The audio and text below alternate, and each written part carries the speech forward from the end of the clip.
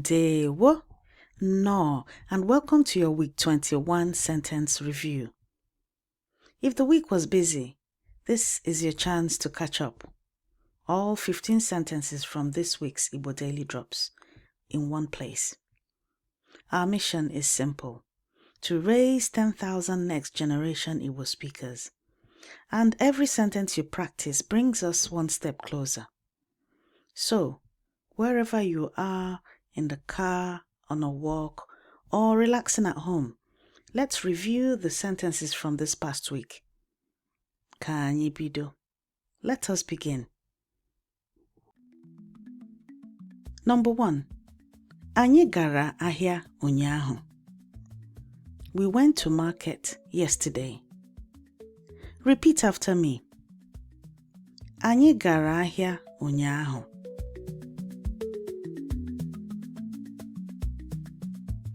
Anyị gara ahịa ụnyaahu.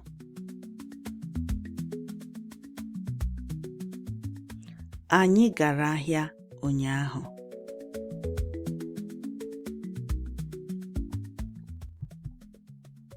Number 2. Gịnị mere taa? What happened today? Repeat after me. Gịnị mere taa? Gịnị mere taa? Gịnị mere taa?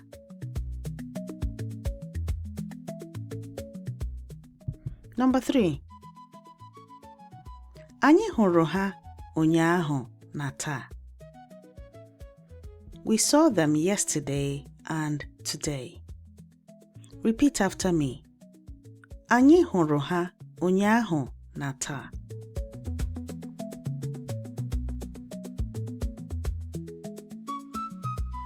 Anyị hụrụ ha ụnyaahu na taa.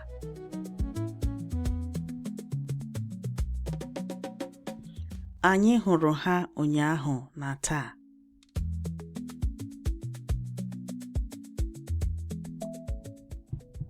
Number 4.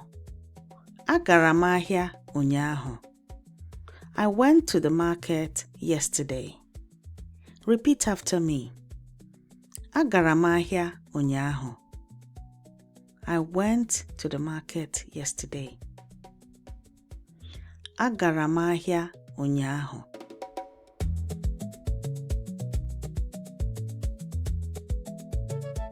Agara m ahịa ụnyaahu.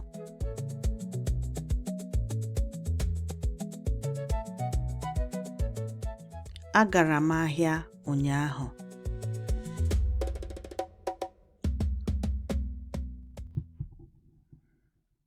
Number 5. Azụtara m okporoko or azụrụ m okporoko. I bought stockfish. Repeat after me. Azụrụ m okporoko.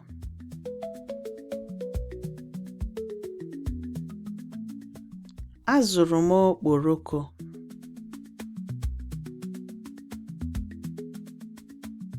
Azụrụ m okporoko. Number 6. Ego m agwula. My money has finished.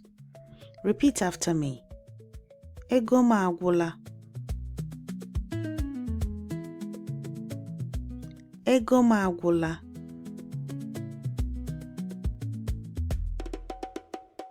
Ego m agwula.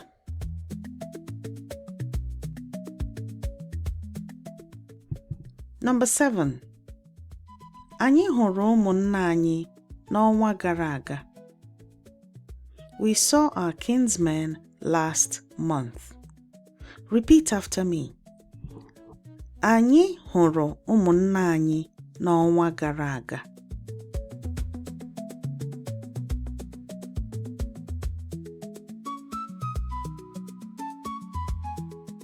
Anyị hụrụ ụmụnna anyị n'ọnwa gara aga.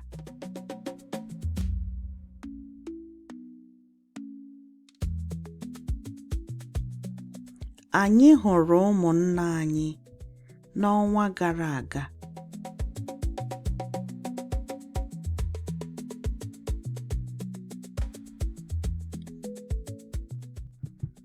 Number 8. Anyị gbara egwu n'ụlọ ha. We danced at their house. Repeat after me. Anyị gbara egwu n'ụlọ ha.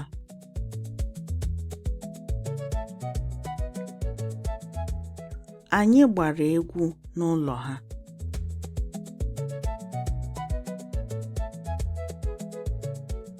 Anyị gbara egwu n'ụlọ ha.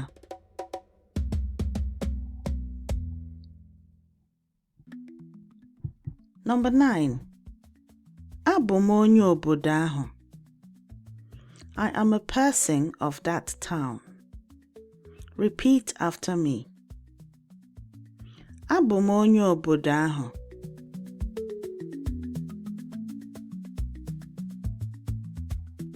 Abụ m onye obodo ahụ.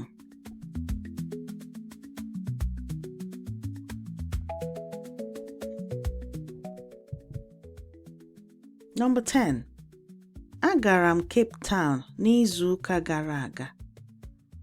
I went to Cape Town last week. Repeat after me. Agara m Cape Town n'izu ụka gara aga.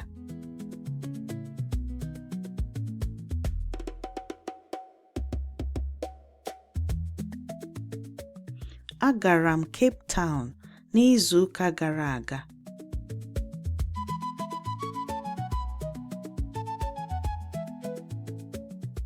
Agara m Cape Town n'izu ụka gara aga.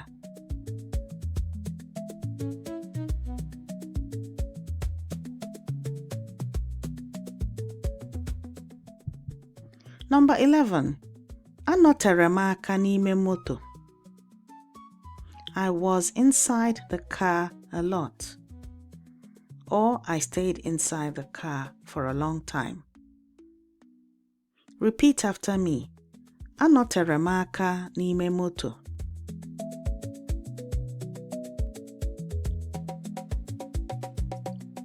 Anọtere m aka n'ime moto.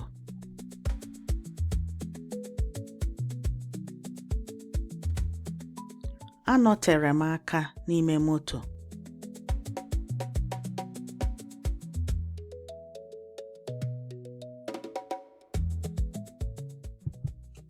Number 12.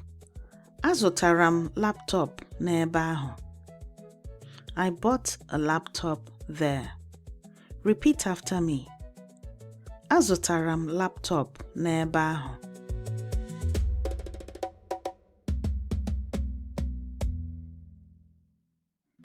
Azụtara m laptop n'ebe ahụ.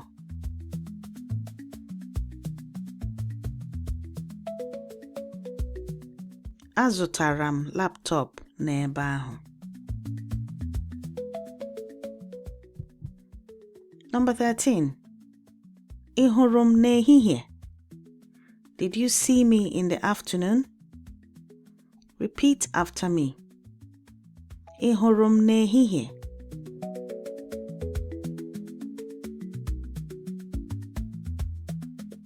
Ị hụrụ m n'ehihie?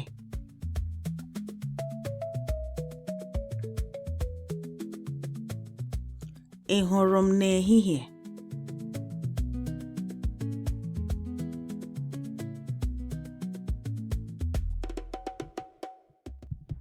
Number 14. Alara m ụlọ na mgbede. I went home in the evening. Repeat after me. Alara m ụlọ na mgbede.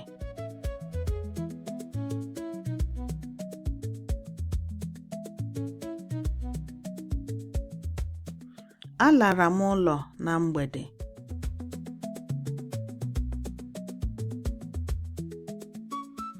Alara m ụlọ na mgbede.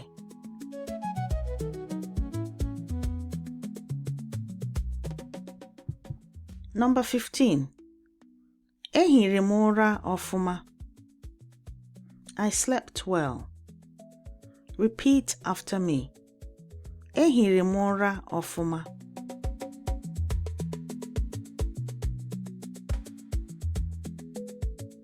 Ehiri m ụra ọfụma.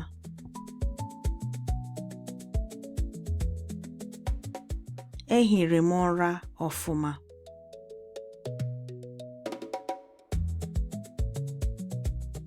And that's a wrap for this week. 15 sentences from week 21. Remember, fluency isn't built through perfection, but through consistency every single day. To keep practicing, download the free speaking workbook for this week at learnigbonnow.com. Abụ nwanne gị nwanyị Yvonne Choma Mbanefo. I am your sister Yvonne Choma Mbanefo. Ka ọnụ gị cheta asụsụ ndị ichie anyị. May your mouth remember the language of our ancestors. Ka o mesịa. Goodbye.